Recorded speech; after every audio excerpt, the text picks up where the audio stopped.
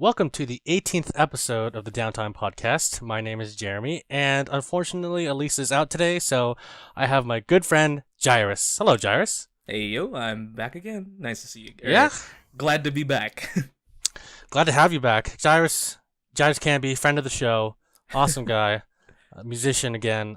So today we're going to talk about anime, and we're doing a little off podcast day, because just try to, spice it up a little bit. So, Jairus, I want to ask you a question about anime, okay? What are you laughing? Yeah, because I'm the huge anime guy here, so I'm kind of... I know. So, I wanted to bring you on as well, because I was, begging Alyssa to bring you on, because I knew you were a huge anime fan on top of being a musician. Mm-hmm. And there's a lot of stuff we're going to talk about today, but the first thing is, how would you define anime, Jairus, as someone who watches a lot of anime? What is anime to you? Just keeping it simple, Japanese animated cartoons. I would say the same thing too, because there's a lot of people who consider Avatar: The Last Airbender or Ruby anime. Yeah, no. I'm sorry, okay. I do get that a lot too, where people are just like, yeah, dude, Avatar, that's a really good anime. I'm like, hold up. I know Avatar is amazing. It is pretty damn good, but it's not anime. Yeah, it isn't. Yeah. No, I got you. I agree with you there. I mean, I think anime is honestly restricted to being from Japan. If it was created in Japan, if it was originally dubbed in Japanese, then obviously it's anime, right? Mm-hmm. That's what I feel.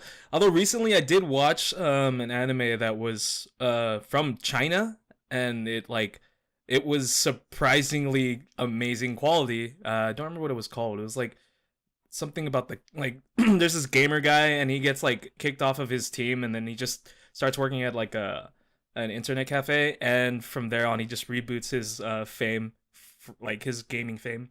And it was actually really, really good quality. I hated the I wish it was Japanese dubbed. I'm just really not used to hearing the Chinese language being Was it in Mandarin or Cantonese? Do you remember? I believe it's Mandarin. So okay. Either way, it was just the quality was good. So would you consider that anime, since it came from China? It's different. It's still from Asia. It's not from the US. That's where it gets hard for me, because I did just define it earlier as Japanese. I guess if anything, that one is Chinese anime. Right. Because there's also Korean anime. Yeah, exactly. There's we know Japan's the motherland of anime, and now there are other people who are adopting. Adopting it, but also incorporating anime as a form of entertainment for people to watch. Yeah. So I have a question for you. So I'm a huge fan of Rooster Teeth. I watch a lot of their content, and I listen to their podcasts, and I enjoy a lot of what they make. Unfortunately for me, I don't really like Ruby that much. After the first season, and with the passing of Montiom, God rest his soul, he passed away, and I feel like the series could have done better if he was still alive. But I just feel like it didn't pick up enough steam when he passed away, and so recently. I think last year or 2 years ago, Ruby was dubbed in Japanese. Oh yeah, it was weird it was in a weird retro way. It went from being an American show being dubbed in Japanese to make it look and feel more like an anime.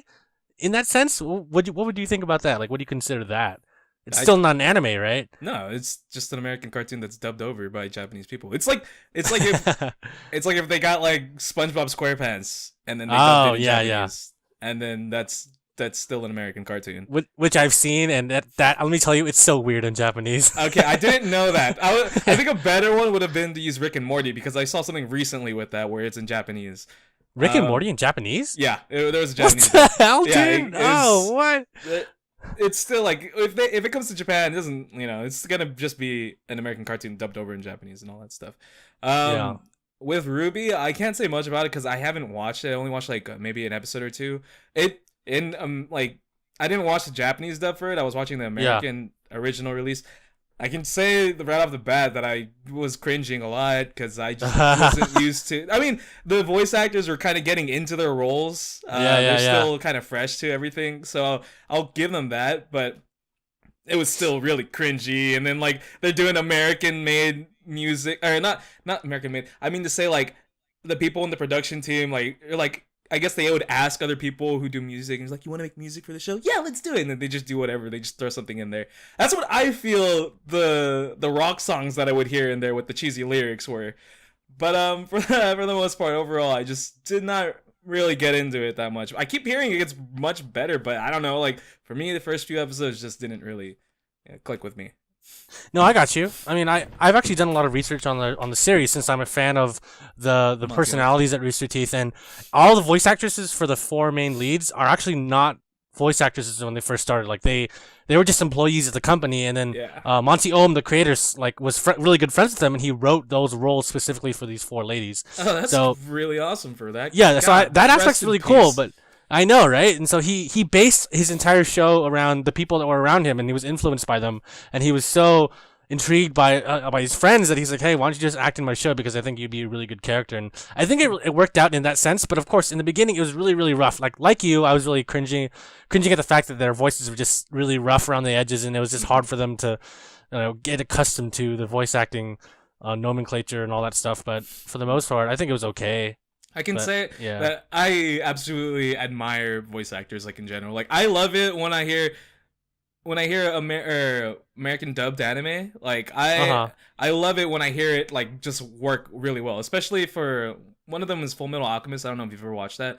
It is a phenomenally dubbed anime. Like I prefer that over the Japanese one. Yeah, I got you. Like the voice actors, I'm just like, oh, like I've gotten so familiar with some people to this point where I'm just like, oh, that's Laura Bailey and that's her husband doing the roles again. And then like I'd be familiar with other voice actors, and I'm just like, I love voice acting. I think it's really cool. But yeah, that was just like a little bit of an aside because we were talking about the voice acting roles that were given in RWBY. No, yeah, I hope we can bring a voice actor onto our podcast one day, and we can have you as well, Jairus, and we can all talk to that voice actor, because I think it's really interesting to have like someone who's in the industry and what they think of voicing anime characters and all that stuff. But yeah, I digress. Mm-hmm. But yeah, so I mean, going back to the point, I think that anime is strictly made in Japan or in Asia in general. If it's not from Japan, it'll be classified as the country that it's made from. Anime in general should be just made in Japan is what anime is, and there's also Chinese anime and Korean anime. I'm sure there's Vietnamese anime or something. Mm-hmm. But yeah, so the next thing I want to ask you is, do you remember watching a lot of anime when you were growing up? I think the first, if you would classify it at... Okay, now this is getting interesting. There's Pokemon and then there's Digimon. Yeah, me too. Yeah, those were the first two. Those, obviously, I don't know, they were on, and they were different cartoons at the time, and I wasn't really familiar with Japanese culture, and I just really, really loved what I was seeing, and I was just like, hey, this is cooler than what I'm watching over on Kids WB. Oh man, I remember that. Yeah, I know, remember all that, dude. Kids WB, and then they had 4Kids. Oh god, 4Kids. I remember Kids. a Curb You Right Back at You. Do you ever see that show? Oh, dude, I love that one. Dude, okay, I was looking it up on Wikipedia recently because it just popped into my brain, and I realized that in the English dub, it was heavily edited. They cut out a lot of stuff. Damn, that's crazy. They shortened all the episodes. They changed the music. They changed the dialogue. They changed the entire story. And Meta Knight wasn't a racist like Hispanic sounding dude in the Japanese version. Meta Knight was badass in the Japanese version, but they made him badass in the English version. He just had to be Hispanic for some reason. Like, why do you have to make him Hispanic? Dude, I did do you not remember that? know that. I didn't know it was that edited. Oh my goodness. Yeah. They did that to One Piece too when it was on like okay, the now Fox I know box about One Piece. And 4Kids TV. They heavily edited. They changed like Sanji's cigarette to a lollipop. Yes, I remember that. It was supposed to be a cigarette, and then apparently it's a lollipop in the freaking English one. Oh my god! Like what the hell, dude? It's so crazy. Like I can't believe how heavily just 4Kids in general is not. I guess it's just supposed to be 4Kids. Oh yeah, no, I got you. That's literally the name of the channel, right? Yeah. 4Kids TV. It's just bad how much censorship went. Oh yeah. Oh my goodness. No, totally. When I was growing up, my parents introduced me to Speed Racer. Have you ever heard of Speed Racer? I know that one. I remember seeing a lot of parody stuff about it where they're like, "Oh, why am my lips moving so fast?" It's like, yeah. I don't remember where I saw it, but it was pretty. Oh, I never really watched it. I think you saw that on Dexter's Laboratory because they did a parody on Speed Racer at one point, Probably. which was awesome. Yeah, Speed Racer. So when I was growing up, my parents introduced me to Speed Racer, and they bought us all the episodes on VHS. And my brother and I watched like the crap out of Speed Racer, and I didn't realize it was an anime until I got older because that was made in the 60s, but shown in the 90s, which was awesome because there's like the Speed Racer resurgence in the 90s, and so then um when Dexter's Lab was on TV, like I was a huge fan of that show too. I know I'm kind of digressing, but they had like a parody episode of Speed Racer on Dexter's Laboratory, and they were like, "My mouse is moving too fast," and then we're talking about all this stuff. And I was like, "That's so cool that they parodied that for certain." Like, of all the anime or like classic cartoons, they didn't pick Astro Boy, they didn't pick like Voltron or whatever. They picked Speed Racer, which I thought was really cool. The guy must have liked Speed Racer then. Yeah, I mean, I'm sure Genny Tartakovsky, I think that's how I pronounce his name. He created Samurai Jack. He really likes Speed Racer and just anime in general. So I think he drew a lot of influence in creating his works. Wait. It's the person that created Samurai Jack also created Dexter's Laboratory? Yeah, he created What both. the heck? I didn't know that. I actually have not been watching any Samurai Jack. I don't really watch that at all. I recommend it. It's definitely not anime, but it feels like a samurai film in a lot of ways. Mm-hmm. Like if you ever watched like Akira Kurosawa or samurai films, it feels kind of like that. Like they're like kind of slow paced, but when there's action, there's a lot of action. Actually, I want to share something with you, Jairus, that I don't really tell a lot of people, and not because I'm embarrassed of it. It's just because it was an interesting time in my childhood. I actually grew up not liking anime.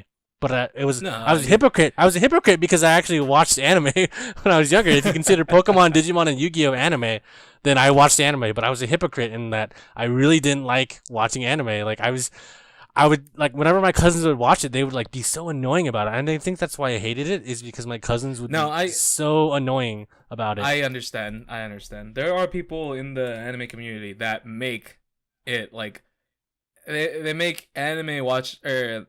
They make it seem like watching anime is a taboo, and that makes me uncomfortable with watching it and like also being open about it. But I've gotten over it over the past few years. But there are still people who make me feel that way, or not more. There are people who act in a very stupid manner when it comes to anime that make me like cringe. Yeah, no, I got you, and I've seen it firsthand, especially at like festivals in Japantown and San Francisco. There are people there. There are people there that I'm like, yo, like, can you calm down? Like, I think you should keep that inside the room. Yeah, like don't let that leave this space. Like I know you're in your safe place in your safe little bubble with your friends, but please, like, don't show that to anyone. Yeah, that right there. You know what you're doing? Yeah, no. Yeah, just, like no, let's not do that. Let's not do that here. Let's keep that PG. Come on. Exactly. Like it just doesn't work out. Well. They make it so it doesn't work out. Oh yeah, no, I got you. But yeah, so growing up, I watched a lot of Yu-Gi-Oh, Speed Racer, Pokemon, Digimon, yeah, stuff like that, and I think it really shaped me for like appreciating Japanese culture as I got older. Mm-hmm. I got you on that. My first ones that I would watch were like Pokemon, Digimon, Yu-Gi-Oh, like you mentioned. However, when it started becoming a bit into my older years, like around high school, freshman year, maybe. I believe like middle school. I stumbled upon YouTube. YouTube was still very fresh. They had the what they had the stars at the time where you could rate with stars. Yeah, I remember that. Oh my god, that was like 2007, 2006. A long time ago. I remember watching all these Linkin Park AMVs. Anime music videos of like Naruto, and I'm just like, what is this? And I'm like, this is really cool. And I was like, I swear, this is like really weird cartoons, and I'm just getting more curious. And I came across Bleach, and I was like, what the hell is this? And then I'd start like looking up I started searching for Bleach, and I saw episodes. But the thing at the time was like the length of videos were short, so they'd be like cut into like 3 parts. Part 1 of 3, part 2 of 3, part 3 of 3, and all that stuff. So I'd watch like I watched a lot of Bleach back then. And then when it came to my my television watching, I think I was watching Inuyasha at the time because of what is it called? Toonami? No, Adult Swim. Adult Swim. That was what it was. That's I guess I would consider that like my first anime that I watched outside of. No, never mind. I think the first anime that I watched outside of like television where I literally went looking for it was Bleach. Like that was it. But Oh wow, mine was actually Naruto. really, yeah. At the time, it was Bleach for me, and then Naruto. Oh, I was the opposite. Yeah, That's awesome. That's awesome. And Bleach ended horribly. Just letting you know, you don't need to Yeah. do anything past that.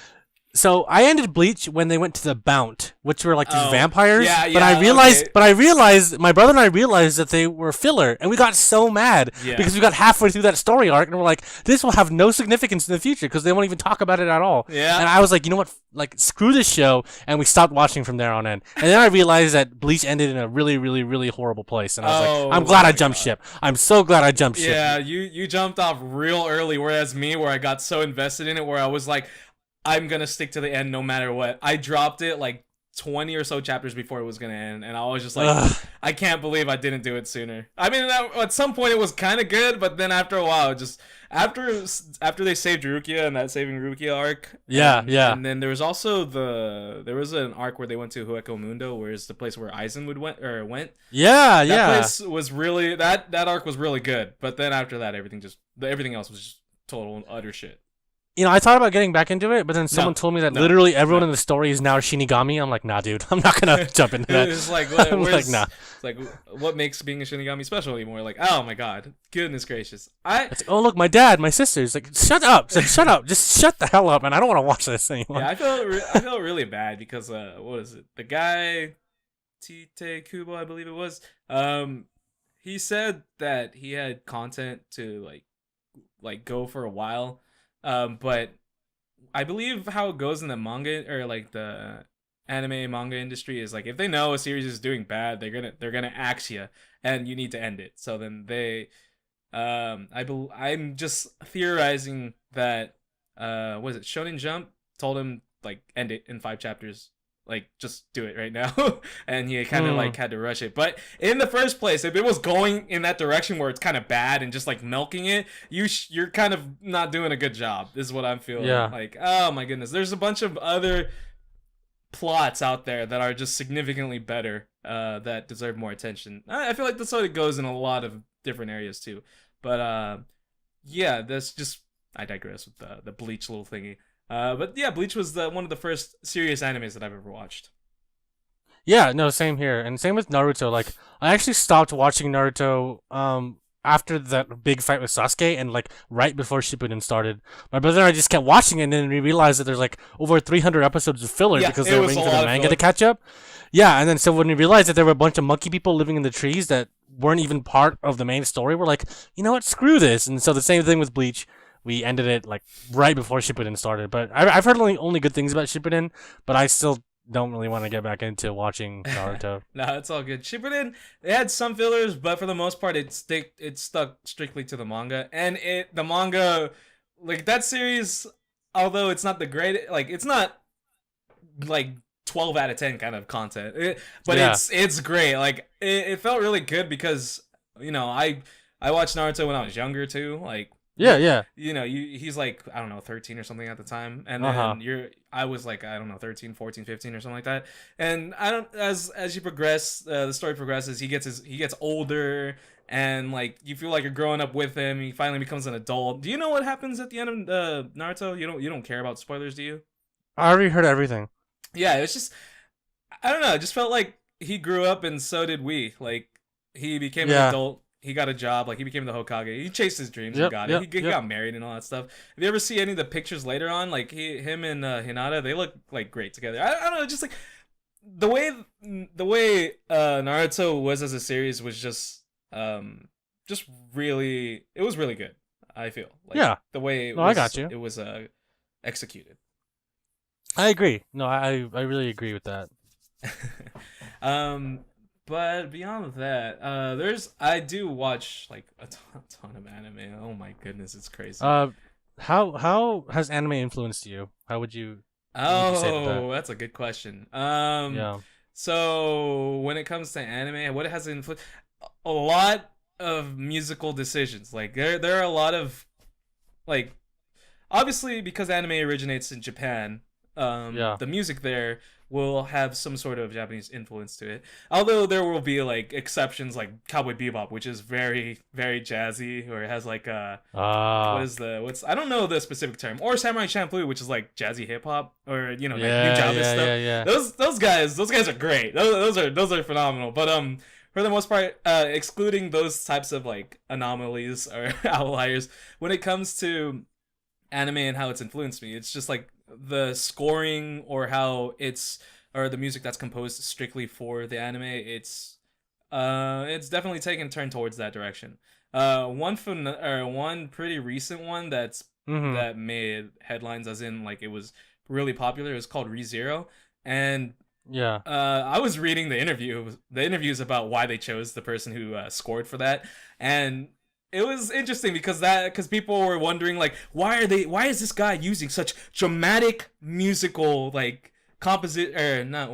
musical cues and like these scores, why are they so different from what you'd expect from an anime? And he was just like, this guy scored for a drama before, and then he was like, I don't know, I just wanted to make it so that this it would just fit the anime and what it's narrating. I don't quote me on that. I gotta find the interview again. But it was really interesting to see how this guy composed strictly for how this guy from drama composed for this anime. Although there's that, there's also Sawano Hiroyuki, who has been composing for a lot of very big anime productions. Like there's Shingeki no Kyojin, there's what is this called? Guilty Crown. There's Kill la Kill. He composes for a lot of very big anime. He is literally the Hans Zimmerman of Japan. That's the way I would.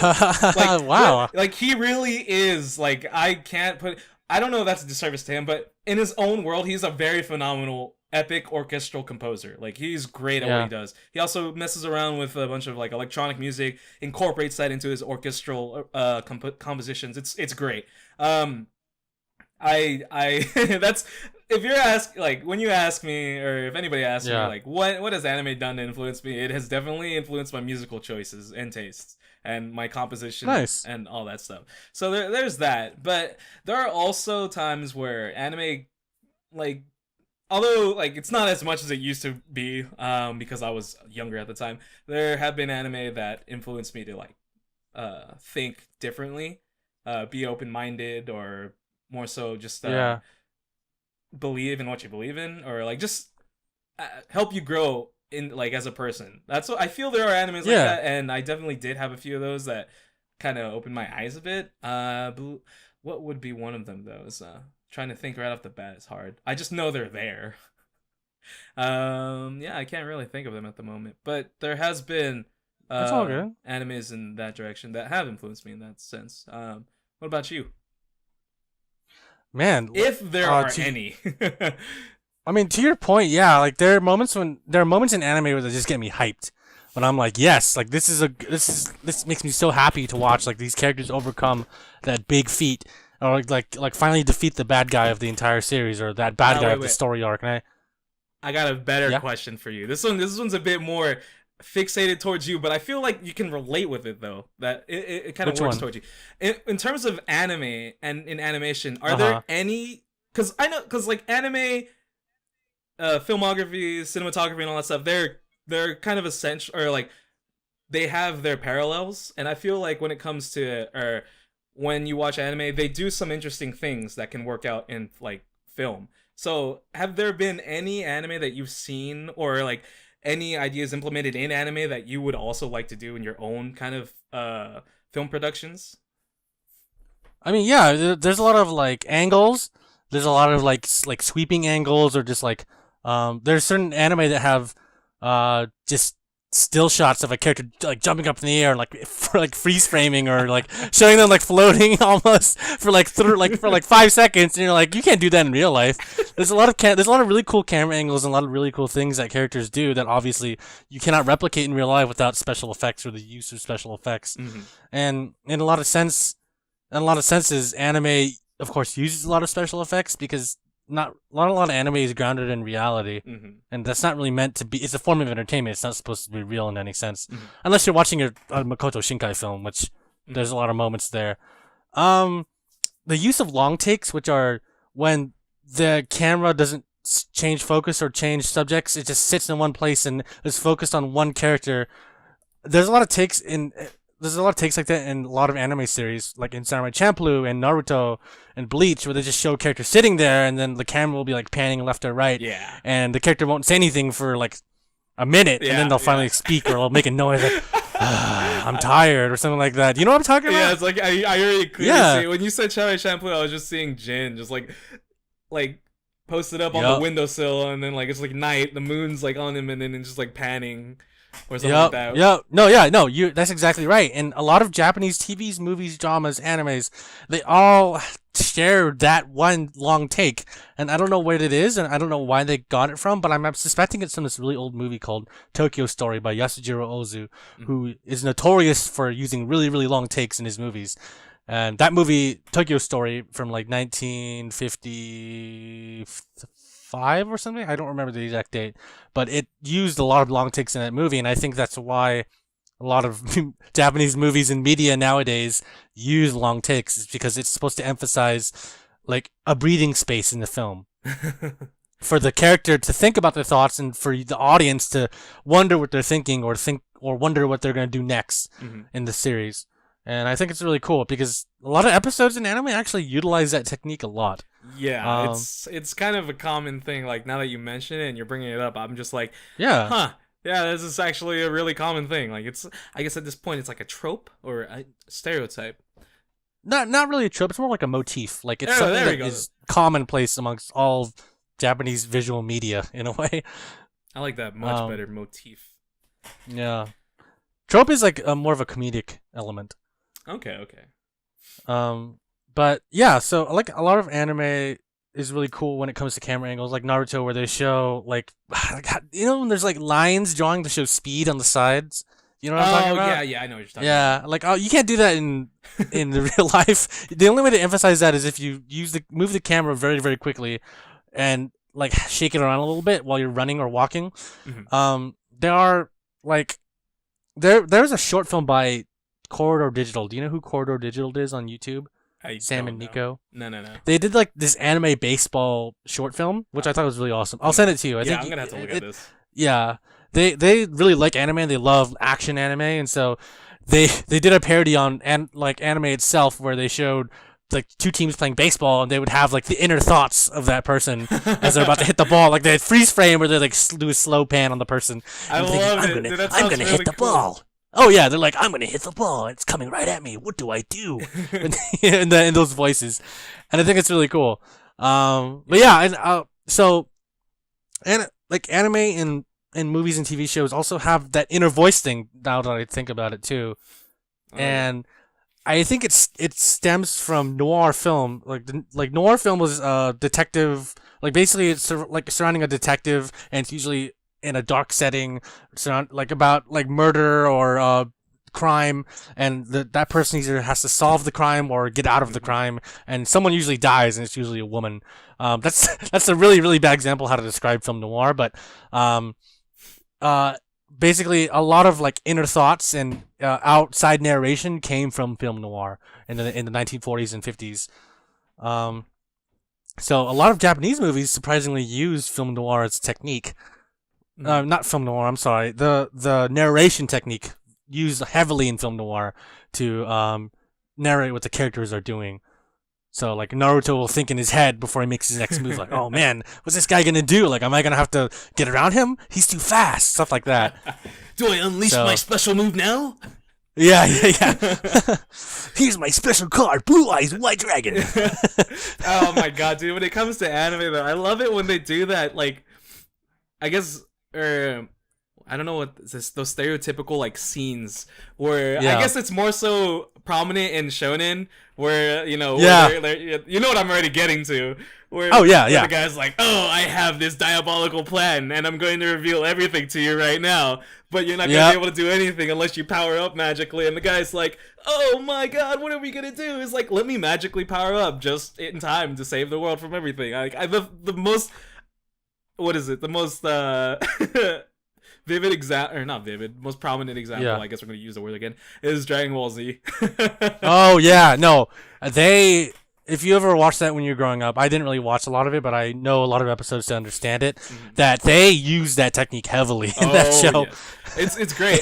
It's also really like I don't even care about the original Dragon Ball Z anymore. I watch the abridged, which does a really great job of pointing out everything they do in the original series. Like it's really funny. Like if you would ever watch any of those, like I would highly recommend it. It's just great. I watched a lot of the Yu-Gi-Oh! Abridged, and I think they're by the same guys, Team 4-Star. I think that one's Little Karibo, but he's not like. Actually, I don't remember. Oh yeah, you're right. Never mind. Is he part of Team 4-Star? That's where I'm getting a bit like confused because I think he's worked with Team 4-Star, but I'm not entirely sure if he's with Team 4-Star. Okay. Because I feel like all those guys are connected somehow.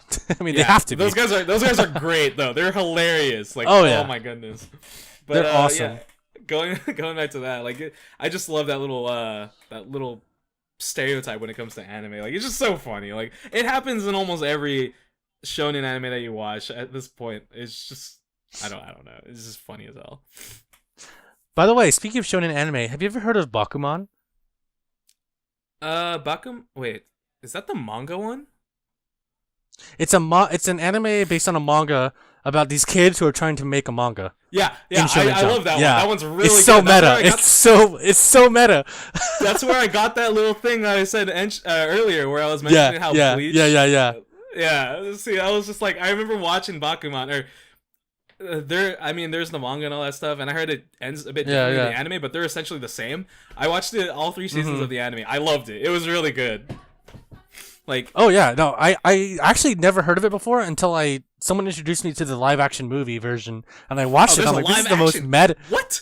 Yeah, it's so sick. It's really sick, and it's that was the only version I've ever seen, and and to me, I was like, wait a second, this is so meta because the writers of the manga of Bakuman got into Shonen Jump, and so basically the story of Bakuman is about them trying to get into Shonen Jump. I was like, this is the most meta manga. Yeah, I was like, this is so sick. I need to watch the live action then. That sounds lit. Check it out. Yeah, check it out, dude. It's awesome. Like, oh my god, I can't explain it. But like, they overcome that bad kid. He's not really bad, but like that kid who's like disabled or like mentally like challenged or something. I don't know how to explain it. But that kid is like messed up that they're trying to go against, and when they finally overcome it, it feels so good. Yeah.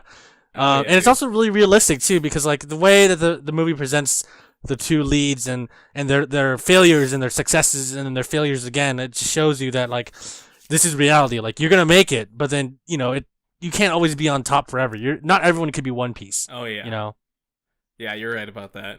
I just remember from the anime. Dude, oh my god, that was such a good series. Like, it's great. It's awesome. It was so fun watching. I like how you mentioned about how meta it was, because there's an anime that's been airing recently that's called Recreators, and the reason why I bring up the meta part is because I remember reading a comment where the guy's like, this anime is about other anime, or wait, what is it? This anime is about other animes and their characters coming into the real world and then fighting with one another, and then later down the line they have to create another anime with all of them together in order for them to fight this really big bad person inside of that. Yeah, it gets really meta. Like it gets confusing too, but I just thinking about it, it's kind of hilarious to explain. I'm currently watching it. I like it so far, but do they acknowledge that it's meta or no? I don't think so. I think a lot of the people that were in the comment thread were just like we're just commenting about that. They're just like, yeah, this is anime about an anime inside of an anime and stuff like that. And it was just really funny. And then there's like that cool. One meme where the guy's like, hey, I heard that you ordered an anime, that you wanted another anime inside your anime, so I gave you an anime with anime on top of anime or something like that. You know what I'm talking about? It's like the pimp your ride. Yeah. I know exactly what you're talking about. So I was just like laughing so hard at that. But yeah, I digress. I was just only bringing it up because of the meta part. Oh yeah, no worries. I think that's really awesome. Oh yeah. Then to your point, I know you're a big anime guy and you try to keep up with every new season of anime. What are you watching right now? What is there right now? There's a good, or there's not in. generally when it comes to anime every season, I go for the one that's going to be the most hyped kind of thing, and then I check it out, see if it's any good, and then if it's not, then I just like go, okay, whatever, and then I try to check out the smaller ones. Yeah. This season there's not a lot of really big ones except for Boku no Hero Academia and maybe Fate Apocrypha. I don't know, you probably don't even know these names, although No idea. I really recommend My Hero Academia because that one's just is shonen, I believe, done right. Like, it's done really well. Like, it's the underdog story, just like really fucking good. Like, if you like American comics, like hero comics, it takes heavy influence from that, and it's done like supremely well. Like, I love it. Like, I love every bit of it. That's so cool, dude. I mean, if you want, you can check out the dub. I hear the dub's pretty good too, but in general, that is a really good anime. Like, so far, like, Okay. like a lot of people are just like, oh, this doesn't like live up to Naruto. I'm like, fuck Naruto, this shit's better. I'm just like, this is so much better than that. Like, all that shit. Like, One Piece, what the hell is that? Boku no Hero Academia is way better. Bleach, yeah, no, screw that. Boku no Hero. Yeah, I'm sorry, just if you can, please just check out like the first one or like first 3 episodes. You'll get hooked. I firmly believe you'll like it. Like, it's just so, it's superhero powers done right. Have you ever watched Sky High, the Disney movie? Oh my god, I remember that. Yeah. 2004? It's holy crap. It's that movie turned into an anime, but really freaking good. Like, a really great What? version of it. Like, what is it? I guess I can give like a little bit of a synopsis. People are born in the world with quirks, which are superpowers, Yeah. and like, you either have it or you don't, kind of thing. Yeah. Although there's gonna be a smaller population that has it, and there are people who like, what is it? Go to school to Sky High. They go to school in order to develop their powers and all that. And this one guy who's the main protagonist, he like worships this one guy. He's like the Superman of the story, right? But Superman done on a level that's like where he communicates with like the people with the comment with I don't know how to word it. He's basically like there for you kind of thing. It's like Superman done right. Like, I people will kill me for this if they're just like, what do you mean Superman done right? You can't say that. Those are fighting words. But it's really good. Like, there's this kid, he worships that guy. He's like, oh yeah, when I get a superpower, I want to like help everybody out. But he finds out he can't get one, and then like the story begins from there. Like, I want you to like just try out the first episode when you have the chance, because I absolutely love it. Like, it's done. Like, I recently rewatched it because of how much I love it. I love it. Yeah. What's it called again? Can you say it again? Boku no Hero Academia. My Hero Academia. Okay, like, I wanna type that down. You'll see, like, oh my god, it's gonna show up real fast. But what else was I saying? Oh yeah, other animes this season that I'm watching. There's Fate Apocrypha. I like that one because it's like part of the Fate Stay Night series, if you've ever heard of that. And on top of that, it's like a smaller anime, not many. It's just airing this season. It's called Isekai Shokudo, which is like a otherworldly restaurant. And this one I really like. I enjoy this one because it's like a comfy anime in the sense of like you watch it just to relax. What it is that there's a restaurant, and there's this, like, obviously there's gonna be a person who owns it, and he cooks cuisine from our world, but there's this other world, like, it's like fantasy world-ish, like you think of Lord of the Rings kind of thing. There's elves, there's dragons, there's warriors, there's there's like voyagers on like pirate ships or just ships in general, just going around. There's mermaids, all that stuff. And the door to that restaurant will always appear randomly in that world on Saturday, only on Saturday. And when like what the heck? And it shows these random stories of people and how they first, like, either their first time going there, or like no, I think it's generally that, just their first time going there, and then them experiencing like our cuisine. And it's if you ever heard of Shokugeki no Soma, which is like Attack on, or no, not Shokugeki, I forgot what it's called, but it's like they have foodgasms and stuff like that. This one is that without all that extra fan service, and it's done really well. Like, I really love it. Like, it's just this guy who's literally like what is it? He's like at a fortress or something like that, and then he's been alerted about like how there's this like demon force coming in, and then he's like he has to go to the main capital and like warn them. And like he gets stuck in the desert, his horse ends up dying, and then he's just like walking around. He's like, "I need food, I need something." And all of a sudden, he finds this door, and he's like, "What is this?" He goes inside, and he's like, "What is this place? Like, is this a restaurant?" And then like the chef comes out of nowhere. He's like, "Hey, like, welcome. Like, sit anywhere you want. Like, feel free, just feel at home, and let me know what you want to order." And the guy's like, he's very suspicious, has his sword out. He's like, "I don't know who you are," kind of thing. He's just like, "Just calm down, get some food."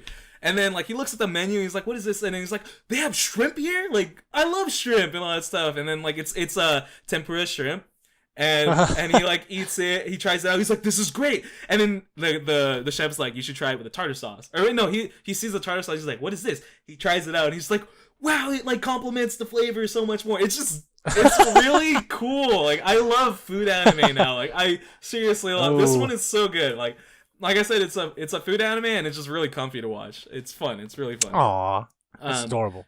Yeah, there's like a lot of different stories, and I like things that have multiple, like episodic basically. But I do enjoy like a main plot kind of thing. On top of that, I'm also watching that Recreators thing that I mentioned, although that was airing last season. It's just going it's just spanning two season airing. I don't know how to word that. And I'm not sure what else I'm watching. There's a few rom-coms here and there. And then there's a gag anime that's pretty fucking hilarious. It's like gag anime? What do you mean? Gag anime, like it's slapstick comedy. Oh, gotcha. It's like a 4-koma manga made into an anime, and it's only 12 minutes long each episode. And it's funny. It's stupid funny. Like, I hate myself for laughing so much at it, but it's just I like comedy like that. Yeah, no, it's something for everyone. That's awesome. But that's generally about it in terms of anime that I'm watching this season. Cool. But I do watch a lot, like I said before. Yeah. You're a busy guy watching all this stuff. I try to make time for it, man. Like, it's getting harder. But yeah, other than that, I know you're not really watching much. Like you mentioned before. I don't watch any anime. Yeah. The last thing I saw was that movie you showed me. Yes. What's the name of that movie? Koi no Katachi.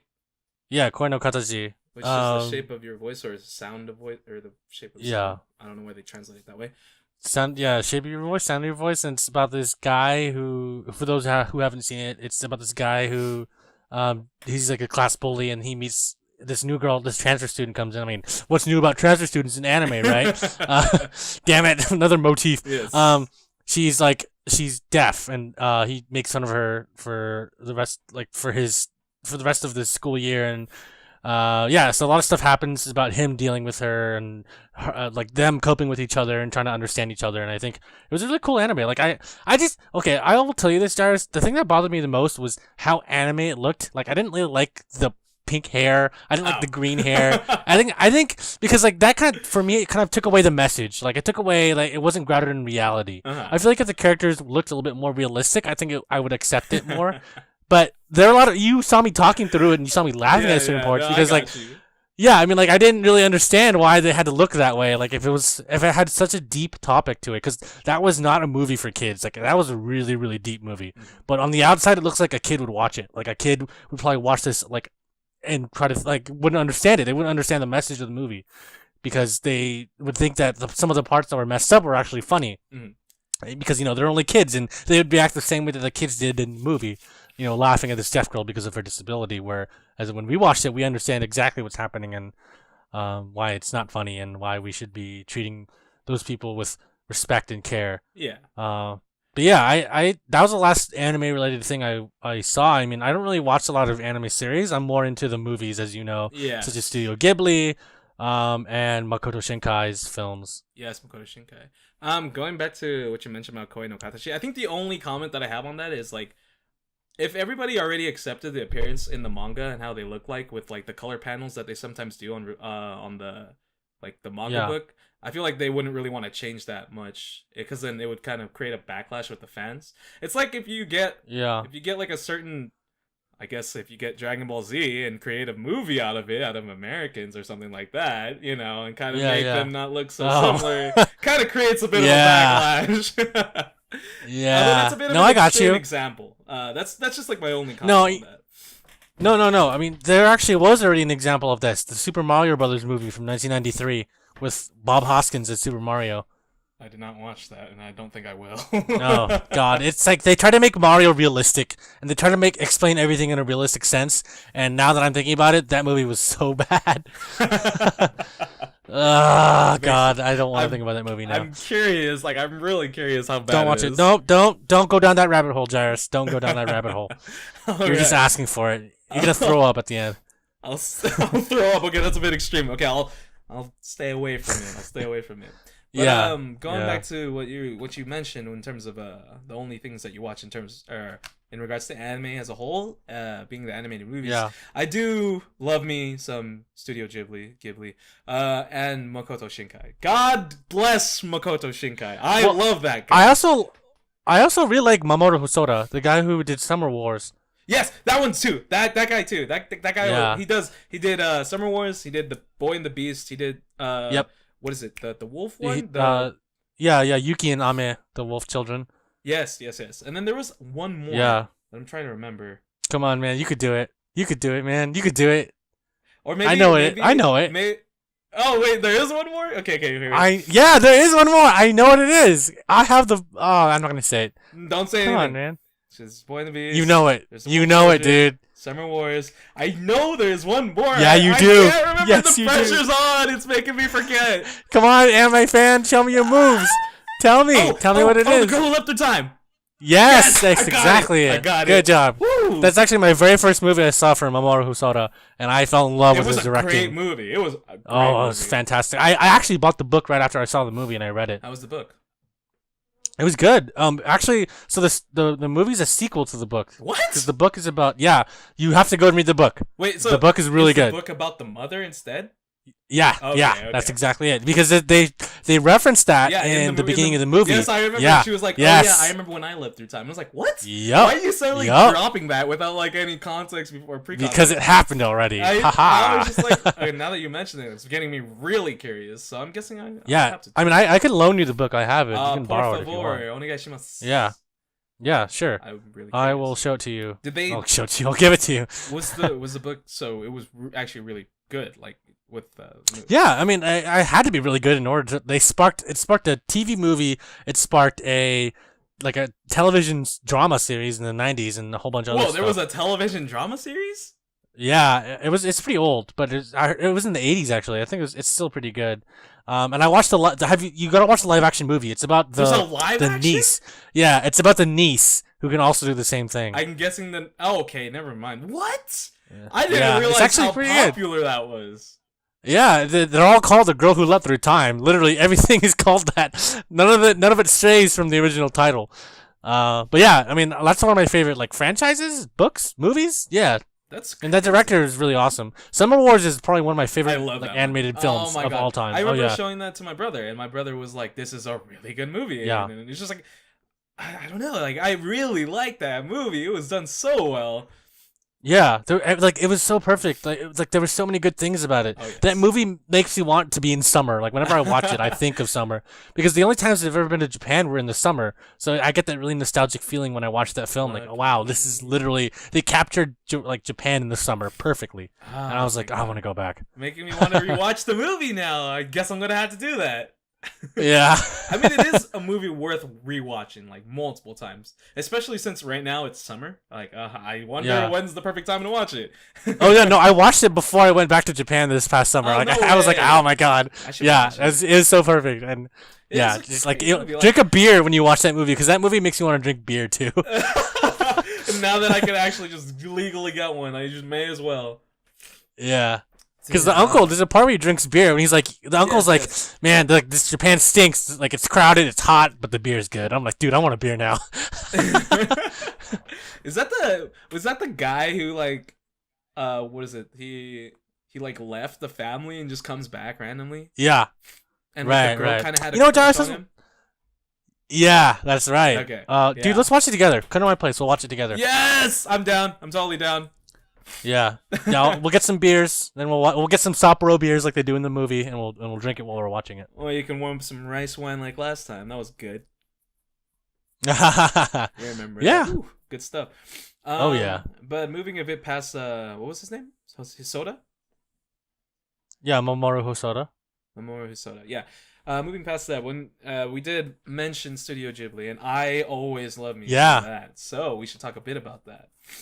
Oh, yo, no, we are. Like, what's your favorite movie from Studio Ghibli? Like, if you could pick one movie that you could watch over and over again, Howl's Moving Castle? I know you love the music in that too, right? Yes. I like the main theme. Like, how can I not? Like, it starts off like the or does it start off with that? Because I remember there's like fog, and then the castle is like moving. Yeah. And all of a sudden you get the main theme, and I'm just like, what is this music that I'm hearing? Yes. I'm like, oh yeah. I freaking love it. Just Joe Hisaishi as the person who scores for Hayao Miyazaki is great. Like I love it, that they're literally dynamic duo in terms of anime movies. It's phenomenal. Oh yeah, they're like Steven Spielberg and John Williams. Like they're inseparable. That's great. I love it. That's a good analogy. Oh, dude, Porco Rosso, straight up. I love the music in that movie. One of the songs for that I really like. I don't remember what it was called. It was like Lazy Afternoons or something like that. It's like Yeah, dude, that's the main reason why. Well, one of the main reasons why I love that movie. That song is just it's breathtaking. Like, there's a lot of music in there that sounds like it was from Italy. Like Joe Hisaishi used a lot of Italian instruments to compose the soundtrack for that film, and I thought that was really cool. And I need to watch it then, because I have not watched that yet. Have you seen the Budokan? Yeah, I watched it like 5 times. Yeah, dude, me too. I really love that. It's so good. Yeah. Like, I'm in love with that, because it's like two of the best things ever. Like, oh my goodness, it's so good. And it's so good because Hayao Miyazaki's in the audience and he pops up and everyone's like, "Oh shit, it's Hayao Miyazaki!" Dude. I'm like, "Yo, it's lit!" Dude, for me, it was just such a great like crowning moment for Joe Hisaishi, because like literally he's the composer, and then he gets a freaking concert with such a big orchestra, and then there's a choir that's like it fits three different like angles, or I don't know how to word it, but they're like they're their own audiences. It's so big. Like, for him, like, you can see that he loves doing what he's doing. Like, when he goes to play the song, the Bygone Days, from Porco Rosso, where majority of the orchestra leaves and it's only like a 5 or like 6 piece quintet, and it's like so intimate. There's him on the piano, he's playing, and then all of a sudden he just I loved it like so much. It's so great. The guy on the trombone, freaking, and then the saxophone. Jesus Christ! Sorry, I absolutely love Ghibli and the Ghibli music. Oh, it's I mean, phenomenal, dude. In kind of a tangent, I honestly recommend, if you ever have a chance, go to the museum. Go to the Studio Ghibli Museum, because I went this past summer and wow, I wanted to live there. Like literally, they have the soundtracks blasting from like the gift store, and it's so cool.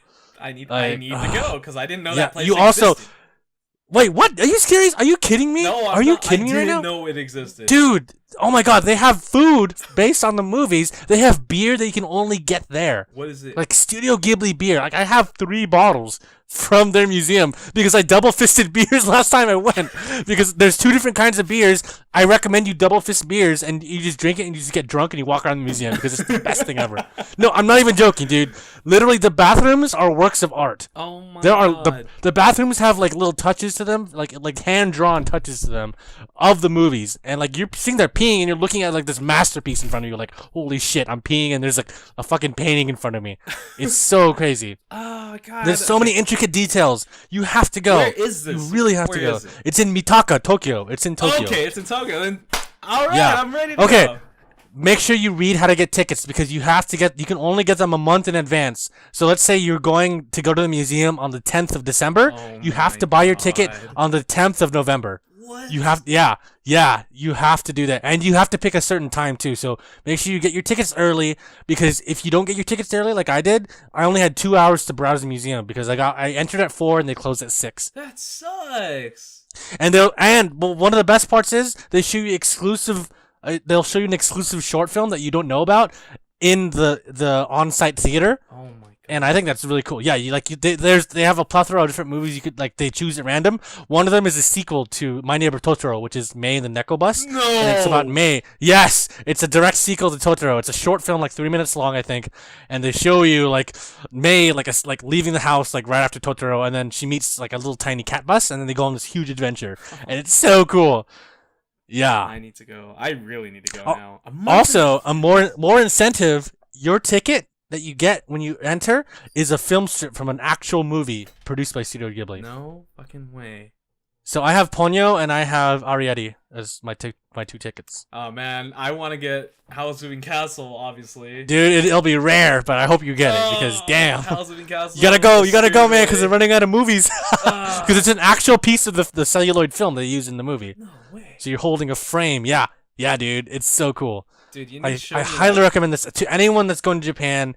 If you're going anytime soon, go to the Studio Ghibli Museum in Mitaka, especially if you're a fan of the movies, because it is an experience. There's a little cafe there. You can get food, you can get drinks, and there's a gift shop. I recommend saving your money and go to the gift shop because they have literally everything you can think of. They have Porco Rosso's glasses. You can buy his glasses there. They have little tiny planes. They have paperweights. They have watches. Oh my god! They have literally everything. If they have a mini replica of Howl's Moving Castle, I will buy that on the fly. Like they have. I'm sorry. Say it again. Of like the castle. A mini like replica. Yes, they do. Oh, yes, they do. I've seen it. It was only like $16. It was really cheap too. There's like, yeah, it was made out of like metal or something. It was like a paperweight. I don't remember, but it was actually really inexpensive.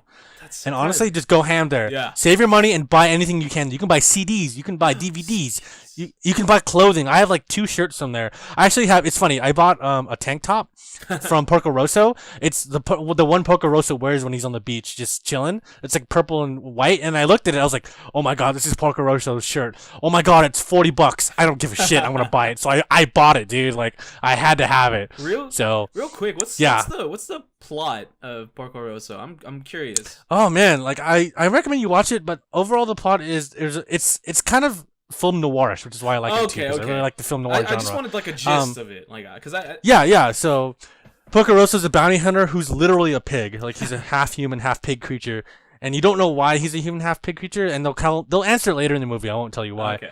But that's like the only mystical thing about the film. Everything else is pretty much a little realistic. He's a bounty hunter in the Adriatic Sea, which is a real place. It's between Italy and Croatia, and he's friends with this girl named Gina, who's the owner of this seaplane pirate bar I think I've in the seen middle of the Adriatic Sea. Before. And then so his enemies are the seaplane pirates, and his job is to either like kill or like get the bounty from these pirates because he's a bounty hunter. Mm-hmm. And so let's say he has to save someone or something from the pirates and bring it back and get a reward. And so as the plot goes on, like there's things that happen to his plane, there's things that happen to him that cause him to want to go like not get out of kind of retirement because he's thinking about retiring. Yeah. So then he goes back into the fray and he kind of solidifies himself as the #1 bounty hunter and the #1 seaplane pirate in the Adriatic Sea. I recommend you watch it because it's kind of a complicated story, but it's really simplified if you watch it like twice. Okay. Yeah, I'm definitely like that's one of the movies that I haven't seen. I know there's a lot of like I haven't watched Tales of Earthsea or something like that. Yeah. Oh, I don't. You know what? I recommend watching Tales from Earthsea, but I would skip it out entirely if you have the choice to. Because it's directed by Hayao Miyazaki's son, and it's actually not that good. But if you've ever seen Up on Poppy Hill, watch that movie. That's also directed by his son, but it's actually significantly better than Tales from Earthsea. I remember watching because Tales from Earthsea was easily forgettable. Really, that makes me sad. Yeah. Because generally, you have that like badge of honor as soon as it's produced under Miyazaki kind of thing. Or like Studio Ghibli, I feel. Yeah, but we'll see. I mean, you'll see. If you want to watch Tales from Earthsea, watch it. I watched it. I wasn't really impressed with it. There were some really cool moments, but overall, I was like, I wish I got my time back. Oh man, that's what you never want to hear as like a film producer at all. Give me my money back. I mean, I watched it for free, so I can't really complain. Okay. Yeah, but it's just like in general, I feel like as a producer, like if I made something, like if I made some really good music and someone out of nowhere was like, no, I'd just be really upset.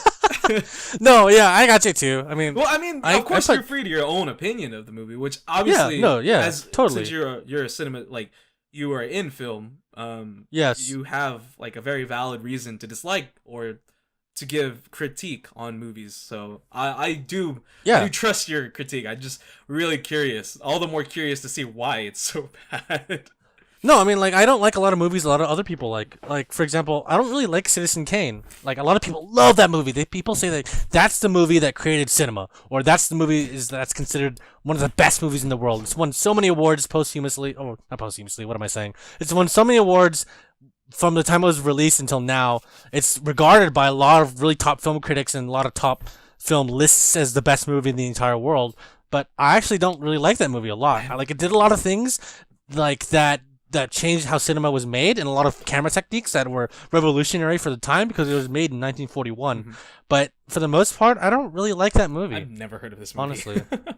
Yeah, it's about this journalist who he's a newspaper mogul, and he creates this empire, and there's a lot of backstory behind him, and I mean, it's crazy. It's not that it's crazy. It's just I don't really like that movie. I just don't like it in general. That's all good.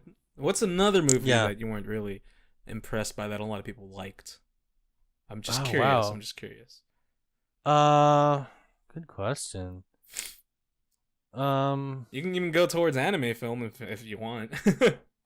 Anime film. I mean, I didn't really like a lot of the Naruto movies. Okay, those are, you have every right to not like those. Those are just like, they're just milking fucking Moon Kingdom Circus people. What the hell? They're milking it at that point, man.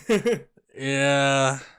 I mean, the only good part about one of the movies was Naruto could produce 2 Rasengan from both of his hands, and I thought that was badass. I don't remember what movie that was. That was the one with the monkey, the monkey, the circus people on Moon Island or whatever. I don't think I watched that one. I watched 3 Naruto movies, and I only remember 2 of them. It's okay. Yeah. Alrighty. Monkey people on Moon Island Circus. I don't remember, but yeah, he produced 2 Raisengans from both hands, and I was like, that is badass. One was blue and one was red. I was like, holy crap, he's gonna kick ass, and he did, and that was it. Yeah, I only watched like maybe 2 of them, and one of them was a more recent one, and it was interesting because what ends up happening is like Naruto ends up in a like parallel world with Sakura, and it's where like in the beginning of the movie you see Sakura like complaining about her parents and all that stuff, and Naruto, you know, being Naruto, where he's just walking around town and he's kind of admiring everybody and their families, and then he's like by himself. This is when he's older, by the way. And then in the parallel world, I don't remember how they get there, but in that world instead, like Naruto, his mom and dad are there, and Sakura, her parents aren't there. And then, you know, it has that like that stereotype where it's like, oh, at first you're like, oh, thank God I don't have those complaining parents. Then later down the line you're just like, fuck, why are they gone? Yeah, no, I got you. But yeah, that was like a more recent Naruto movie that I watched. I don't know. I was just mentioned that because you were going off of Naruto movies. In general, In general, though, I don't really look out for if it's a main standing series. I tend to not look into their movies because I know they're just like cash grabs. Oh yeah, no, I mean, One Piece is a really good example of this. They've had so many movies that just don't really fit with the overall manga because it's not really supposed to be part of it. Mm-hmm. They're like really all one-off shoots, and I mean, I've heard mixed things about different movies, but all of them are just like, to me. I'm like, whatever. Yeah, no, I got you. Oh my god, it's great though. Yeah, it's a struggle. It's a struggle, Jairus. Hey man, if you manage to create a very prominent series, you're gonna want to do whatever the hell you want with it. Like, honestly. No, yeah, you want to milk that money machine as much as you want. So I understand. Plus, it also gives more jobs for other people. Like, you making a movie, hey, I need a composer. Okay, get me on board. Or you're like, hey, let's get some animators. Hey, let's get some actors. All that stuff. that's pretty much every Transformers movie. What you just described. Oh my god. Because it provides jobs for a lot of people. I know, and your reaction is the same as mine. Like, oh my god, a Transformers movie. Like, are you kidding me? But in reality, those movies provide a lot of jobs for a lot of people. Oh, yeah. And despite the movies being as bad as they are plot-wise, they make a lot of money overseas. Yeah. So, what? Overseas? Yeah. Mm-hmm. I didn't realize Chinese that. market loves Transformers. They love them robots. Doesn't the Chinese market love American movies in general? Yeah. They're a big reason why we cater to the Chinese audience. There's a big reason why a lot of American movies either feature Chinese actors or have some setting based in China. For example, Transformers, like Extinction or whatever it was called, featured a segment entirely in Hong Kong or China or somewhere. I think or wasn't that Shanghai? the one with the dinosaurs? Yeah.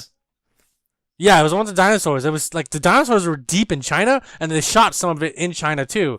And the whole reason for that is because China gave them a tax break to shoot that movie in China, as well as provide a lot of exposure for Chinese actors. And so when they shot the film and produced it and released it, they would show it in China, and the Chinese people would be like, "Oh my God, that's China! We love this movie. This movie's gonna get 5 stars because it's set in our home country, and we love all this big bad American action." That's also another reason why a lot of these movies have a very simplified plot, so that overseas audiences, China, can watch it and understand it easily. I'm not joking. Like, that's the reason why.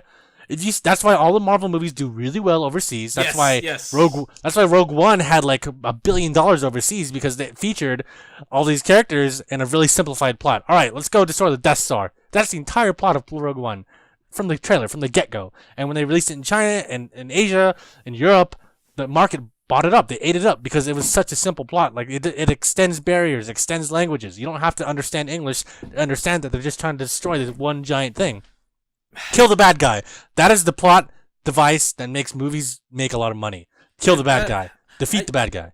I completely forgot about the fact that there exists audience beyond America. Like, I can't believe that I'm saying that, because I love to think of myself as a worldly person. So, imagine that, a guy watching anime. Like, it's just... No, I got you. It kind of makes me forget at times, because, like, when you go down and look into the business of movies and all that stuff, and how these movies are being made recently, like how they're more simplified, like you're mentioning, and how critics over here are just like, oh, some people will like it, a majority of them won't. But it's more so catering to other audiences, and how what you mentioned earlier is like extending language and all that, and all those barriers. Like, I completely forgot about that as a possibility. Like, it made me I'm kind of like baffled with myself. No, I mean, it's a like, really good I understand. It's a really good point. Like, oh man, like I forgot about that. When they make a movie, they want to cater to the overseas audiences, because that's where most of the money is. Like, obviously, other countries have bigger populations than we do. What does that mean? More people going to the theaters, more seats and more butts in those seats in the theater, and more money going into those theaters to go back to the creators of the movie. Mm-hmm. God, that's so crazy. A really, really good example is The Great Wall. Have you heard of that Matthew Damon movie? The Great Wall. I've only heard bad things. So I watched that movie on the plane going to Japan last month, and I wanted my time back. I wanted my 2 hours back. Was it really? I wish I slept. Bad? It was not good. Matt Damon put on this weird accent the entire movie. I'm like, why are you talking like that? And he was basically the white man that saved China. Yeah. I'm like, dude, this movie was created by Americans. Like, it was created by Legendary Studios, who are known for Godzilla, their most recent Godzilla film, and Pacific Rim. And honestly, I think they did a shit job of this movie, because it was basically about white people saving China. I'm like, damn, dude, like, white people don't need to save China all the time. Like, Chinese people don't need white people to save them. And so what did the Chinese, what did the populace think of the movie, if they watched it? The movie, it was $150 million budget for the movie, and it made $332 million back, I think. Wow, so it did pretty well. Overseas, I mean, in China, where they shot it, I think they were like criticizing it a little bit, but people still watched it. Yeah. I didn't do as well in China as they thought it would, because honestly, that movie, don't get me wrong, that movie's only meant for the Chinese audience. It's obviously meant for the Chinese audience, because it's about the Great Wall, but again, it's about killing the bad guy. That's what that movie's about. Yeah, that's like, and my God. I'm like, nah. Yeah. I'm glad I haven't watched the movie. Like I mentioned, or like I said earlier, I've only heard bad things. Yeah. And that sucks that you kind of sat through that plane ride just watching it. Yeah. Yeah, I watched it for free. Yeah, that's true.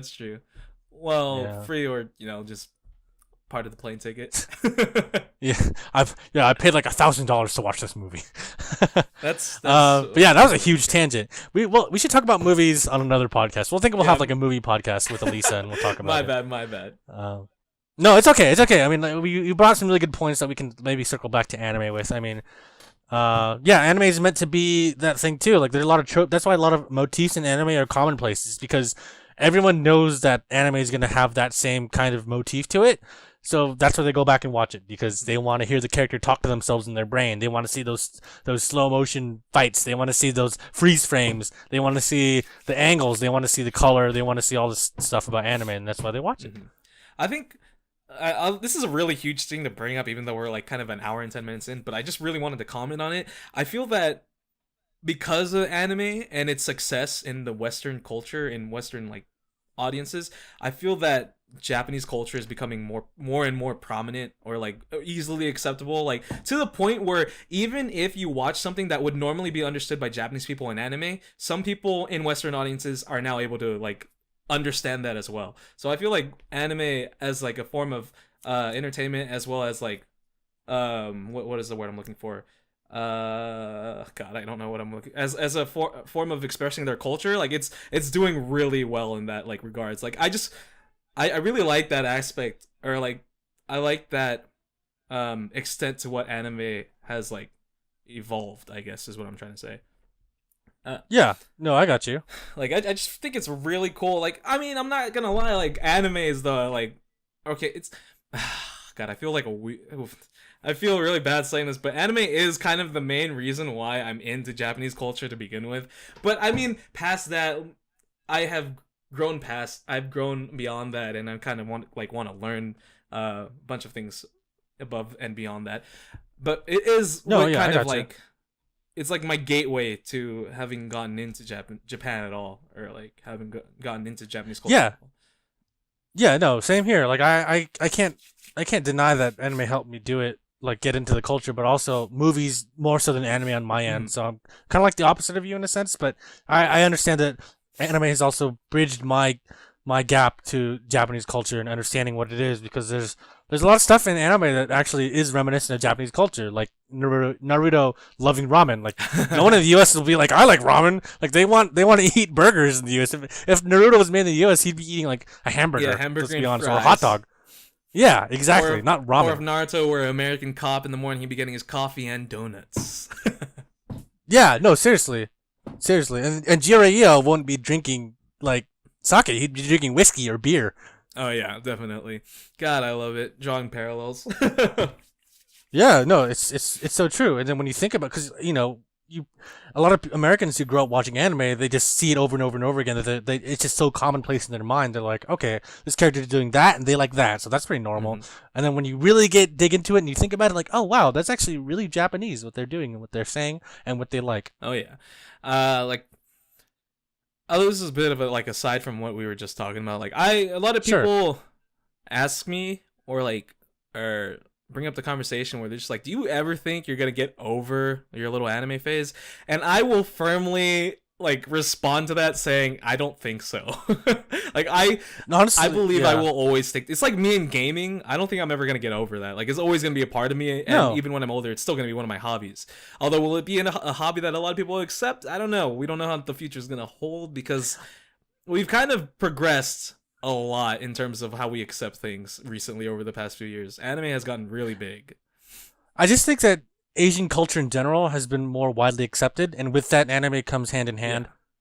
Yeah, and like you said, I honestly, I don't think it'll ever pass. You and I are millennials, and that there are a lot of things that we do that people consider normal, because everyone around us is getting older, and we're getting to the point where we're getting jobs, we're graduating from college, we're getting a lot of, we're adults now. And so now that we're adults, it's really cool to do all this stuff and to like bring up what we liked in the past. So all of us in some sense grew up watching the same shows and understanding the same things and liking the same cultures and basically just liking anime in general, to go circle back to it. So I think it's okay if you still like anime now. And I still love anime movies, and I still consider that me liking anime. I don't, even though I don't watch the television series, I still watch the movies, the animated movies, and I still consider that anime. And I don't think I'll ever get out of liking those, because those are still, to me, cinematic pieces of art. And people will say like, "Oh, why don't you get out of your video game phase? You should get out of your anime phase." Nah, they're just haters, dude. Don't listen to them. Of course. I mean, I don't care if they like mention things like that. I'm just gonna be like, well, I'll do me, you do you, bro. Yeah. Like, if they don't, like, if there are people who love sports, for example, will they ever get out of their sports phase? Like, if you told them that, they'd be like, no, dude, I won't get out of it. And I guess sports is more commonplace than anime, I feel like, and more widely accepted. Yeah, I feel like our hobbies are becoming more accepted as well. Because if you look at, like, gaming in general, we have esports now. Yeah, and it's on ESPN, which is, like, one of the biggest gaming, not gaming, just, like, biggest sports channels and networks in the entire world. I had no clue it was on ESPN. Oh yeah, no, ESPN hosts a lot of like gaming related stuff, like a lot of esports tournaments too. That's crazy. I think they check showed it out. Yeah, I think they showed League and CS:GO at one point. I was like, what the hell? That is actually. But it's still rough around the edges. Before you check it out, I'm just gonna tell you that it's still rough. They're still trying to find their footing in the ground.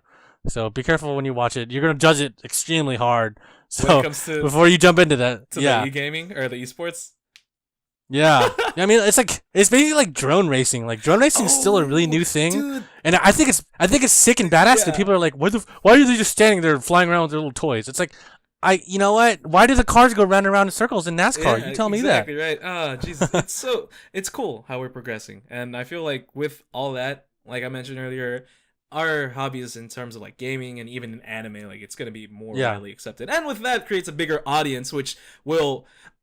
Oh man, actually, now that we're talking about that, there is we influence the generations below us. Yeah, but there's a thing that has been going around where they feel like anime will no longer exist in like the coming years because anime is produced at a loss when it comes to money. They make all their money off of the manga and the visual novels, but when they produce the anime, it's generally going to be at a loss. So. And with all the anime streaming sites and how people are able to like just watch it for free and all that stuff without paying, it's kind of a very plausible future where there can no longer be anime like at all. So I'm kind of scared about that. So I'm hoping a lot of people kind of jump on board for paying for the anime. But then I've even heard a few things about how paying for services like Crunchyrolls, that it's not like the most. I don't know what one of my friends had said. It's not perfect, basically. Yeah, I mean, I don't think it'll ever be perfect. Yeah. Unless you live in Japan and you catch it on TV. Yeah, seriously. It's either it's not going to be available for Western audiences, which I feel is going to be more like the more foreseeable future, or it's not going to be available at all, which I hope is never going to happen. But yeah, sorry, that was just a little bit of something I just wanted to bring up real quick in terms of anime. Oh no, I got you. I mean, quickly down to that. I know we're running out of time, but quickly down to that. My girlfriend introduced me to this anime she watched when she was younger, and it was about like this girl who was like controlling these giant dragon-like monsters, and it was really cool. And I was like, wow, this is 50 episodes long, and it didn't have an English title. I forgot the name of it, but it was really cool. But then it never got released in the U.S. Like it was never seen a U.S. release, and it was never released on DVD or anything like that. And it's just like to your point, some anime is exclusive to Japan only, and we'll never be able to see it here. Oh no! But the thing is, it was subbed in English. Like the entire 50 episodes were subbed in English. I was like, that's pretty cool. All the anime that I potentially could be watching aren't here. That makes me sad. And they could be phenomenal stories being told too that I just am not able to experience. Sorry, I am really go hard at. I love bringing myself into another world. It's like how other people like reading books, and that's my anime are my books, basically. Yeah, no, I got you. Like we're part of a generation that people complain don't read anymore, which I understand. Yeah. I only watch movies. I rarely read now. I just watch movies. Yeah, you rarely read. I only read mangas. That's like all the reading. Gotcha. If it doesn't have pictures, my mind's are. God, I sound like such a scrub right now. No, it's okay. I understand. Oh my goodness. But yeah, in general, just when it comes to anime, I'm your guy. Yeah. All right, Jairus. I think we should wrap it up now. We've been going for quite a while. Yeah, I wasn't expecting an additional 20. No, yeah. I hope you guys who stayed this long enjoyed what we talked about. Maybe we'll have another anime podcast, exclusive podcast. If you guys are interested, leave a comment below, or head on over to SoundCloud and leave a comment there. Thank you, Jairus, for coming on. It has been a pleasure. Of course, I'm always more than willing to join. Yeah, we love having you. By the way, you're. I just want to be frank here and say that you're an awesome guest to have on. I am very happy to hear that. Yeah, as I keep saying, we're gonna keep asking you to come back on. So, that makes me ecstatic. Yeah, glad to be on. Yeah, thank you for coming on, and thank you guys for listening, and thank you for listening to the 18th episode of the Downtime Podcast. I'm your host, Jeremy, and Jairus is here with me again. And we're going to sign off now and say goodnight. So see you guys next time. Later.